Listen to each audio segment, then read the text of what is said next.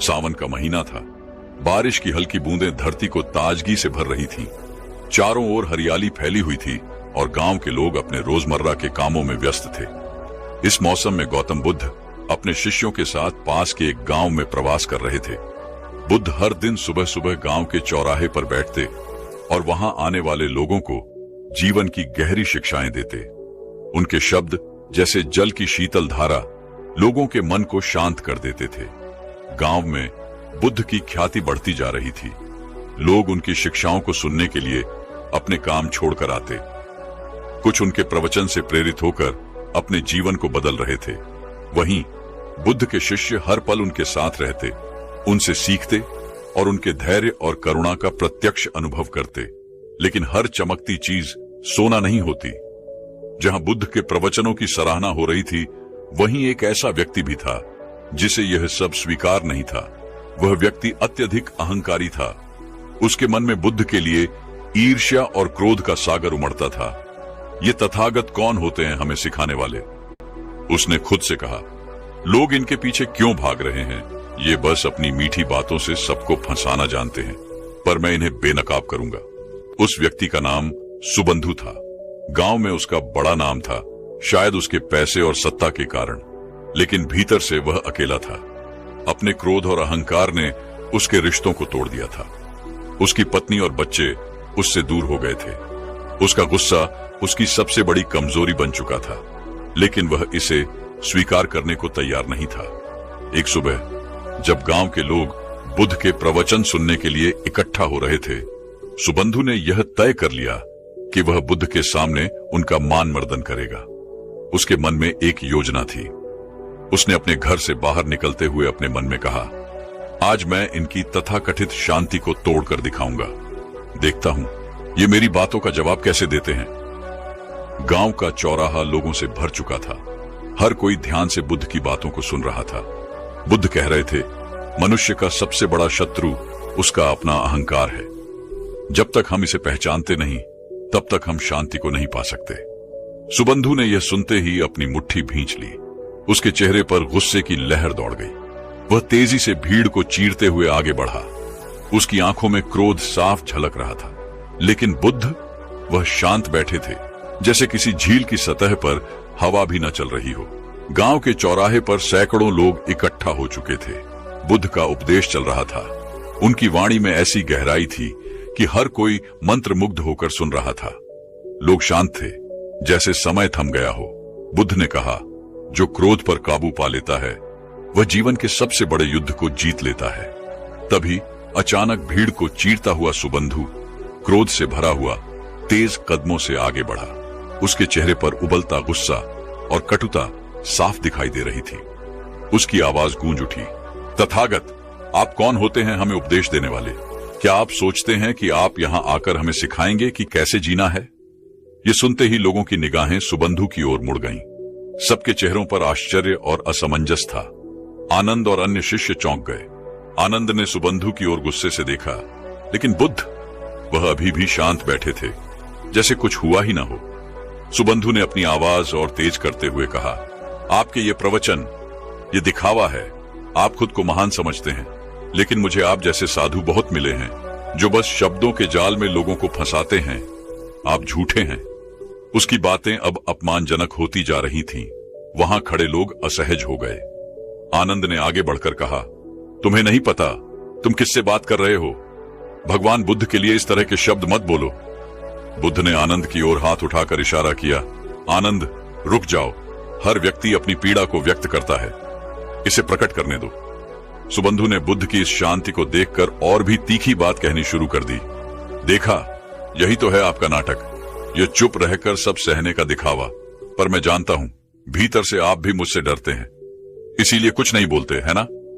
शिष्य अब और अधिक क्रोधित हो रहे थे, लेकिन बुद्ध, उनकी आंखों में अभी भी करुणा झलक रही थी। उन्होंने सुबंधु की हर बात को धैर्यपूर्वक सुना। उनके चेहरे पर न तो क्रोध था न असहजता। सुबंधु ने जब देखा कि उसकी बातों का बुद्ध पर कोई असर नहीं हो रहा है, तो उसका क्रोध और बढ़ गया। उसने भीड़ की ओर मुड़कर कहा, देखो, यह व्यक्ति तुम्हें शांत होने का पाठ पढ़ाता है, लेकिन खुद कुछ भी नहीं कर सकता। यह सब दिखावा है। लोग कुछ भी कहने से डर रहे थे, लेकिन उनके भीतर सवाल उठ रहे थे। बुद्ध आखिर कुछ क्यों नहीं कह रहे? वे क्यों इसे सहन कर रहे हैं? सुबंधु की तीखी बातें चलती रहीं। हर शब्द जैसे आग की चिंगारी बुद्ध की ओर फेंका जा रहा था, लेकिन बुद्ध का धैर्य चट्टान की तरह स्थिर था। सुबंधु की तीखी आवाज चौराहे पर गूंज रही थी। उसके शब्दों में क्रोध, अपमान और अहंकार का मेल साफ झलक रहा था। लोग सहमे हुए थे, शिष्य क्रोधित थे, लेकिन बुद्ध, वह शांत बैठे थे, जैसे पहाड़ पर बहने वाली हवा, स्थिर, गहन और अप्रभावित। सुबंधु ने अपनी बात खत्म करते हुए व्यंग्य से कहा, अब क्या हुआ तथागत? चुप क्यों हो? बोलिए, आप जैसे महान उपदेशक के पास मेरे सवालों का कोई उत्तर नहीं है? बुद्ध ने धीरे से अपनी आंखें उठाईं। उनके चेहरे पर मुस्कान थी, ऐसी मुस्कान जो किसी के भी मन को शांत कर दे। उन्होंने शांत और सधी हुई आवाज में कहा, भाई, यदि तुमसे एक प्रश्न पूछूं तो क्या तुम उत्तर दोगे? सुबंधु, जो अपने क्रोध के आवेग में था, अचानक ठहर गया। वह थोड़ा चौंक गया, लेकिन अपने स्वर को तीखा रखते हुए बोला, पूछो, तुम्हारा सवाल भी सुन लेते हैं। बुद्ध ने अपनी जगह पर स्थिर बैठते हुए कहा, यदि कोई व्यक्ति किसी को उपहार देता है और वह उपहार लेने से इनकार कर दे, तो वह उपहार किसके पास रहता है? सुबंधु को यह सवाल सुनकर समझ नहीं आया कि इसका क्या मतलब है। उसने व्यंग्य से हंसते हुए कहा, यदि कोई उपहार नहीं लेता तो जाहिर सी बात है, वह उस व्यक्ति के पास ही रहेगा जिसने उसे दिया। बुद्ध ने उसी शांति से उत्तर दिया, बिल्कुल सही कहा तुमने। और अब सोचो, तुम जो मुझे क्रोध, अपशब्द और अपमान का उपहार दे रहे हो, यदि मैं उसे स्वीकार न करूं तो यह उपहार किसके पास रहेगा? बुद्ध के शब्दों ने जैसे पूरे माहौल को स्थिर कर दिया। हर कोई स्तब्ध था। सुबंधु, जो अब तक आत्मविश्वास से भरा था, अचानक खामोश हो गया। उसने अपनी आंखें झुका लीं। बुद्ध ने अपनी बात को आगे बढ़ाया, भाई, क्रोध और अपमान भी वैसे ही हैं जैसे कोई उपहार। यह देने वाले का अपना चयन होता है, लेकिन लेने वाले का भी अधिकार है कि वह इसे स्वीकार करे या नहीं। मैं तुम्हारे क्रोध और अपमान को स्वीकार नहीं करता, इसलिए यह तुम्हारे पास ही रहेगा। शांति और स्थिरता के साथ बोले गए ये शब्द सुबंधु के भीतर गहराई तक उतर गए। वहां खड़ी भीड़ भी एकदम शांत हो गई। आनंद और अन्य शिष्य बुद्ध की बातों से प्रभावित होकर उन्हें निहार रहे थे। सुबंधु ने पहली बार अपने भीतर कुछ अजीब सा महसूस किया। वह समझ नहीं पा रहा था कि यह क्या था, शर्म, आत्ममंथन या कुछ और। लेकिन एक बात स्पष्ट थी, उसके शब्दों का बुद्ध पर कोई प्रभाव नहीं पड़ा था। इसके विपरीत उनके शब्द उसके भीतर एक तूफान पैदा कर चुके थे। सुबह का सूरज अब सिर पर आ चुका था। चौराहे पर पसरी खामोशी टूटने का नाम नहीं ले रही थी। बुद्ध के शब्द अभी भी हवा में गूंज रहे थे। क्रोध और अपमान देने वाले के पास ही रहते हैं यदि उन्हें स्वीकार न किया जाए। सुबंधु वहां खड़ा था, लेकिन उसकी आंखों में अब वह क्रोध नहीं था। वह चुपचाप सिर झुकाए वापस चला गया। भीड़ में सन्नाटा था, मानो सबने कोई अद्भुत चमत्कार देख लिया हो। जैसे जैसे लोग वहां से लौटने लगे, बुद्ध के शिष्य आनंद के मन में सवालों का तूफान उठने लगा। वह खुद को रोक नहीं पाया और बुद्ध के पास आकर बोला, भगवान, मैं समझ नहीं पा रहा हूं। वह व्यक्ति आपको अपमानित कर रहा था, आपके बारे में अपशब्द कह रहा था, और फिर भी आपने उसे कुछ नहीं कहा, न डांटा, न कोई प्रतिक्रिया दी। आखिर आपने ऐसा क्यों किया? बुद्ध ने आनंद की ओर देखा। उनकी आंखों में करुणा और धैर्य का मेल था। उन्होंने धीरे से पूछा, आनंद, अगर कोई तुम्हें गुस्सा दिलाने की कोशिश करे तो क्या तुम्हें गुस्सा आना जरूरी है? आनंद ने थोड़ी झिझक के साथ उत्तर दिया, भगवान, गुस्सा तो स्वाभाविक है जब कोई अपमान करे या भला बुरा कहे, लेकिन आपने कैसे यह सब सह लिया? मैं तो उस व्यक्ति पर क्रोधित हो गया था। बुद्ध मुस्कुराए। उन्होंने आनंद को अपने पास बैठने का संकेत दिया। आनंद, बुद्ध ने कहा, गुस्सा स्वाभाविक नहीं है, यह एक प्रतिक्रिया है, और हर प्रतिक्रिया हमारे अपने मन का चयन होती है। अगर मैं सुबंधु की बातों पर गुस्सा करता तो मैं उसकी तरह हो जाता। क्या मैं चाहता हूं कि मेरा मन उसके गुस्से से प्रभावित हो जाए? आनंद ने ध्यान से सुना, लेकिन उसकी जिज्ञासा कम नहीं हुई। उसने फिर पूछा, लेकिन भगवान, क्या आपको दुख नहीं हुआ? वह व्यक्ति आपकी निंदा कर रहा था। क्या आप उस अपमान को महसूस नहीं कर सके? बुद्ध ने एक गहरी सांस ली और मुस्कुराते हुए बोले, आनंद, अपमान तब तक नहीं पहुंचता जब तक हम उसे अपने भीतर जगह न दें। अगर कोई व्यक्ति आग लेकर आए और हम उसे ईंधन न दें, तो क्या वह आग जल पाएगी? मैं तो केवल करुणा का अभ्यास करता हूं, और करुणा का अर्थ है दूसरों की पीड़ा को समझना। सुबंधु के शब्दों में उसकी पीड़ा झलक रही थी। वह अपने भीतर के संघर्ष से लड़ रहा था, तो फिर मैं क्यों उसका गुस्सा अपने अंदर प्रवेश करने दूं? आनंद का चेहरा सोच में डूब गया। उसने गहरी सांस लेते हुए कहा, तो क्या इसका मतलब यह है कि हमें हर अपमान और निंदा को बस सहन करना चाहिए भगवान? बुद्ध की मुस्कान गहरी हो गई। उन्होंने आनंद की आंखों में देखा और बोले, आनंद, सहन करना भी एक कला है, लेकिन उसका उद्देश्य केवल सहना नहीं है। यह हमें भीतर से मजबूत बनाता है, और जब हमारा मन स्थिर और शांत होता है, तभी हम दूसरों को समझ सकते हैं। आज तुमने देखा कि सुबंधु ने मुझे जितना क्रोधित करने की कोशिश की, मैं उतना ही शांत रहा। क्या तुम जानते हो क्यों? आनंद ने उत्तर में केवल सिर हिलाया। वह समझना चाहता था। सुबंधु गांव की पगडंडी पर धीमे धीमे चल रहा था। उसके कदम थके हुए थे और मन अशांत। बुद्ध के शांत उत्तर ने उसके भीतर कुछ ऐसा जगा दिया था जिसे वह पहचान नहीं पा रहा था।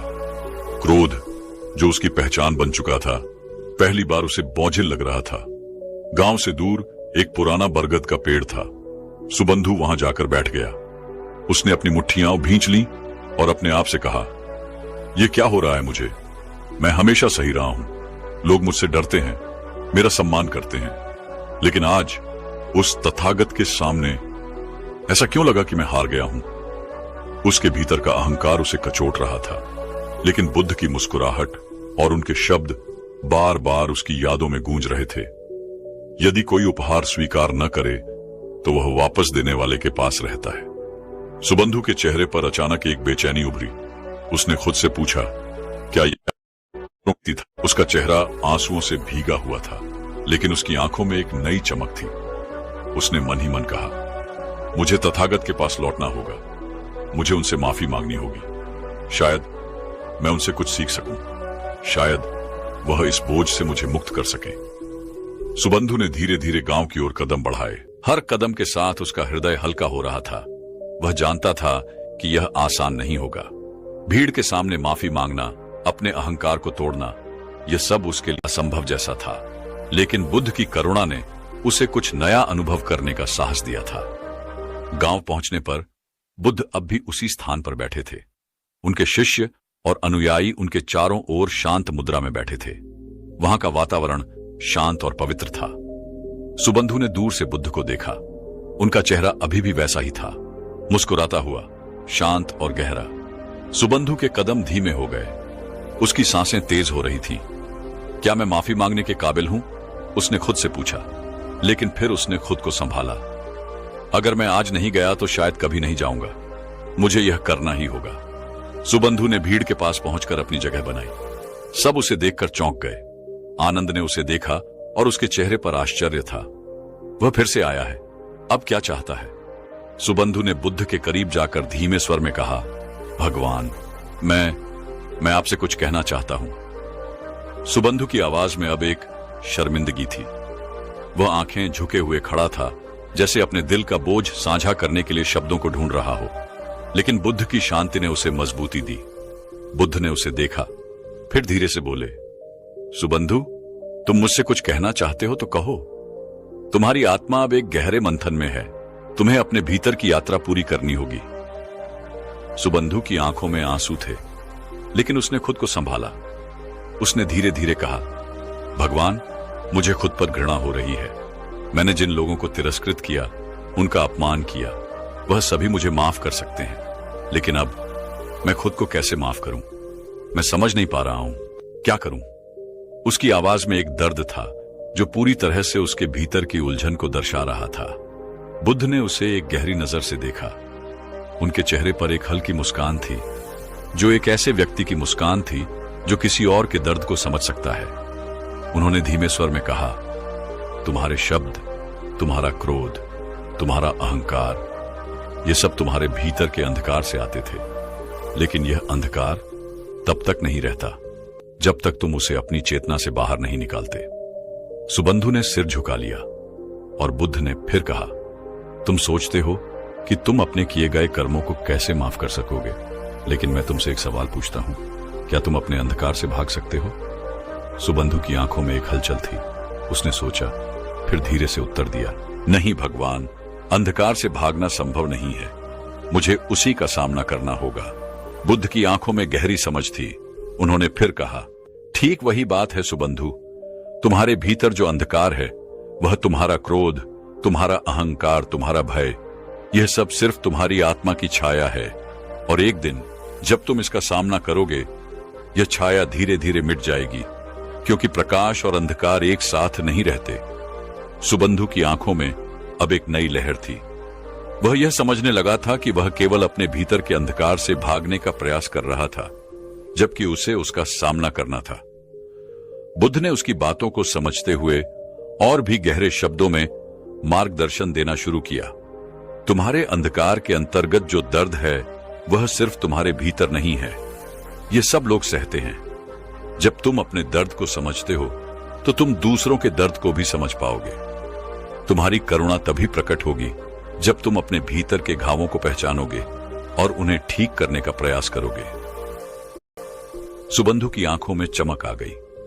उसने धीरे से कहा, क्या मैं वाकई इसे बदल सकता हूं भगवान? बुद्ध की आंखों में गहरी शांति थी। उन्होंने उसे संबोधित करते हुए कहा, यह परिवर्तन तुम्हारे भीतर ही है सुबंधु।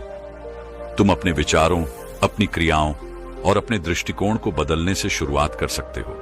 परिवर्तन हमेशा भीतर से आता है। जब तुम स्वयं को बदलोगे तो तुम्हारे आसपास का संसार भी बदल जाएगा। सुबंधु ने एक गहरी सांस ली और जैसे ही बुद्ध की बातों ने उसे आत्मविश्वास दिया, उसने महसूस किया कि वह सच में कुछ बदल सकता है। वह अब अपने भीतर की जंग जीतने के लिए तैयार था। सुबंधु ने बुद्ध की उपदेशों को अपने दिल में पूरी तरह से उतार लिया था। वह यह समझ चुका था कि उसका असली शत्रु बाहर नहीं, बल्कि उसके भीतर था। उसका अहंकार, उसका क्रोध और उसकी नफरत। बुद्ध के मार्गदर्शन ने उसे आत्म मंथन के लिए प्रेरित किया था और अब वह अपने जीवन में एक नई शुरुआत करने के लिए तैयार था। कुछ दिनों तक सुबंधु ने अपनी दिनचर्या को पूरी तरह से बदल दिया था। वह पहले की तरह गुस्से में नहीं आता था। अपने भीतर की अशांति और घृणा को वह अब शांति और सहानुभूति से बदलने की कोशिश कर रहा था। एक दिन जब सुबंधु गांव के बाजार से गुजर रहा था, उसे एक छोटा बच्चा दिखा जो एक टूटे हुए बर्तन के साथ बैठा था। बच्चा घबराया हुआ था, उसकी आंखों में डर था। सुबंधु ने उसके पास जाकर पूछा, क्या हुआ, तुम डर क्यों रहे हो? बच्चे ने कांपते हुए कहा, मुझे बर्तन को ठीक करना था, लेकिन मैं इसे और भी तोड़ बैठा। अब मुझे डर है कि लोग मुझे डांटेंगे। सुबंधु ने बच्चे की आंखों में देखा और उसे पहली बार महसूस हुआ कि यह बच्चा उस दर्द का सामना कर रहा था जो कभी वह खुद महसूस करता था। वह बच्चा भी अपमानित होने और अपने की गए गलतियों के लिए डर रहा था, ठीक जैसे सुबंधु कभी अपनी क्रोध की वजह से डरता था। सुबंधु ने धीरे से बच्चे को अपने पास खींचा और कहा, देखो, हर कोई कभी न कभी गलती करता है। ये बर्तन टूटना कोई बड़ी बात नहीं है। असली बात यह है कि हम अपनी गलती से क्या सीखते हैं। यह सुनकर बच्चा थोड़ा शांत हुआ और सुबंधु के शब्दों ने उसे कुछ आश्वस्त किया। सुबंधु की आवाज में वह सच्ची करुणा थी जो बुद्ध के उपदेशों का परिणाम थी। सुबंधु के भीतर एक अद्भुत बदलाव आ चुका था। पहले वह किसी की कमजोरी का मजाक उड़ाता था, लेकिन अब वह दूसरों के दर्द को समझने लगा था। वह किसी के प्रति क्रोध नहीं रखता था, बल्कि अब वह हर व्यक्ति में करुणा और समझ देखने लगा था। वह धीरे धीरे बदलता जा रहा था। अब वह एक नई सोच के साथ हर स्थिति का सामना करने लगा था। अब उसे खुद से नफरत नहीं थी, बल्कि वह खुद को स्वीकार करने और सुधारने की कोशिश कर रहा था। कुछ दिन बाद गांव में एक और घटना घटी। गांव के एक बुजुर्ग व्यक्ति को कोई समस्या हो गई थी और कुछ लोग उसकी मदद करने के बजाय उसे हिकारत की नजरों से देख रहे थे। सुबंधु ने यह देखा और बिना किसी संकोच के उस बुजुर्ग के पास गया। उसने उनकी मदद की और सभी को दिखा दिया कि कैसे एक व्यक्ति का हृदय बड़ा हो सकता है अगर वह खुद को समझे और दूसरों की मदद करने का अवसर दे। गांव के लोग अब सुबंधु को एक नए रूप में देख रहे थे। वह वही व्यक्ति था जो कभी गुस्से और घृणा से भरा हुआ था, लेकिन अब वह करुणा और शांति का प्रतीक बन चुका था। सुबंधु को अब यह एहसास हो चुका था कि असली ताकत अपने भीतर के अंधकार से बाहर निकलने में है। उसका परिवर्तन धीरे धीरे गांव में न केवल उसकी जिंदगी में बल्कि दूसरों की जिंदगी में भी बदलाव ला रहा था। वह अब पूरी तरह से बुद्ध के उपदेशों पर चलने के लिए तैयार था। उसने अपने अहंकार को छोड़ दिया था और उसकी आंखों में एक नई जोश और सुकून था। वह दिन सुबंधु के जीवन का एक महत्वपूर्ण मोड़ था। अब वह बदल चुका था। उसे अपने भीतर की शक्ति का एहसास हो चुका था। वह जानता था कि शांति केवल बाहरी परिस्थितियों से नहीं आती। वह जानता था कि शांति केवल बाहरी परिस्थितियों से नहीं आती, बल्कि यह हमारी आंतरिक स्थिति से उत्पन्न होती है। बुद्ध की शिक्षा ने उसे यह समझाया था कि अगर हम अपने भीतर के क्रोध और नफरत को त्याग दें, तो हम जीवन में वास्तविक सुख और शांति पा सकते हैं। एक दिन बुद्ध ने सुबंधु को अपने पास बुलाया। यह वही दिन था जब सुबंधु ने अपनी पूरी यात्रा के बारे में बुद्ध से बातचीत करने का निर्णय लिया था। उसने सिर झुका लिया और धीरे से कहा, भगवान, मैं जानता हूं कि मैंने जो किया वह गलत था, लेकिन अब मैं खुद को ठीक करना चाहता हूं। मैंने महसूस किया है कि हमारे भीतर की शांति ही हमें बाहरी दुनिया से जोड़े रखती है, लेकिन मैं जानता हूं यह आसान नहीं होगा। क्या आप मुझे और मार्गदर्शन देंगे? बुद्ध ने उसे मुस्कुराते हुए देखा और अपनी आंखों में गहरी करुणा के साथ उत्तर दिया, सुबंधु, तुम्हारे दिल में अब एक नई समझ और बदलाव है। यह तुम्हारा सबसे बड़ा कदम है, लेकिन ध्यान रखना, जीवन में सबसे बड़ा परिवर्तन अपने भीतर होता है। जब तुम अपने मन को शुद्ध करोगे, तब तुम्हारा हर कार्य और विचार भी शुद्ध होगा। यही तुम्हारा जीवन का संदेश है। आंतरिक शांति ही बाहरी दुनिया को बदलने का पहला कदम है। सुबंधु ने ध्यान से बुद्ध की बातों को सुना और उनके शब्दों का गहरा असर महसूस किया। वह समझ चुका था कि जीवन में शांति और सुख पाने के लिए उसे अपने भीतर की हलचल को शांत करना होगा। कुछ दिन बाद गांव में एक गंभीर संकट उत्पन्न हुआ। एक बड़ी बारिश ने फसल को नष्ट कर दिया था और किसान और उनके परिवार बुरी तरह प्रभावित हुए थे।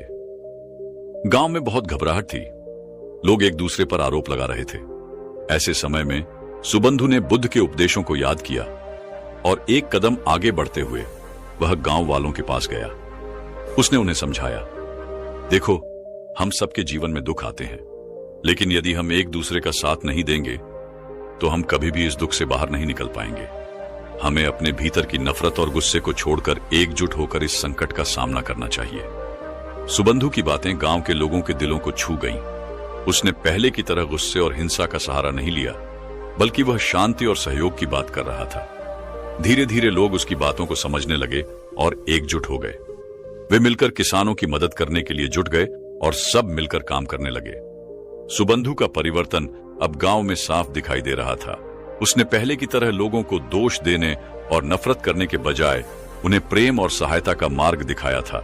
गांव में अब एक नई उम्मीद और साहस का संचार हो चुका था। बुद्ध ने सुबंधु की ओर देखा और कहा, यह तुम्हारा सबसे बड़ा उपहार है सुबंधु। तुम्हारे जीवन का संदेश यही है। अंतरात्मा की शांति और करुणा ही हमें जीवन की असली कठिनाइयों से उबार सकती है। सुबंधु ने आंखें बंद की और उसके भीतर एक गहरी शांति महसूस हुई। वह जानता था कि यह यात्रा कभी खत्म नहीं होगी। जीवन हर दिन नए अनुभवों और चुनौतियों के साथ आता है, लेकिन अगर हम अपने भीतर की शांति और प्रेम को बनाए रखते हैं तो हम किसी भी मुश्किल को पार कर सकते हैं। कहानी से हम यह समझ सकते हैं कि जीवन में शांति, करुणा और आत्मनिरीक्षण के महत्व को समझना कितना आवश्यक है। गौतम बुद्ध ने हमें यह सिखाया कि क्रोध, अहंकार और घृणा केवल हमारे भीतर के शत्रु होते हैं और केवल जब हम अपने दिल और मन को शुद्ध करते हैं तभी हम सच्ची शांति और खुशी पा सकते हैं। सुबंधु का परिवर्तन यह सिद्ध करता है कि अगर हम अपने विचारों और भावनाओं को नियंत्रित करने में सफल होते हैं तो न केवल हमारा जीवन बदलता है, बल्कि हम अपने आसपास के लोगों की जिंदगी को भी बेहतर बना सकते हैं। यही असली सफलता है, अपने भीतर की शांति को पाकर दुनिया में सकारात्मक बदलाव लाना। ये कहानी हमें यह भी सिखाती है कि हर किसी के भीतर आत्मनिर्माण की क्षमता है और सही मार्गदर्शन से हम अपने जीवन को पूरी तरह से बदल सकते हैं। अगर आप भी चाहते हैं कि आपके जीवन में शांति, प्रेम और करुणा का आगमन हो और आप बुद्ध के शिक्षाओं के अनुसार अपनी यात्रा पर आगे बढ़ना चाहते हैं, तो इस चैनल को सब्सक्राइब करना बिल्कुल न भूलें। हमारे चैनल पर हम हमेशा आपके लिए ऐसे प्रेरणादायक और जीवन बदलने वाली कहानियां लाते हैं जो न केवल आपको सोचने पर मजबूर करे, बल्कि आपको अपने जीवन में सुधार करने का हौसला भी दें।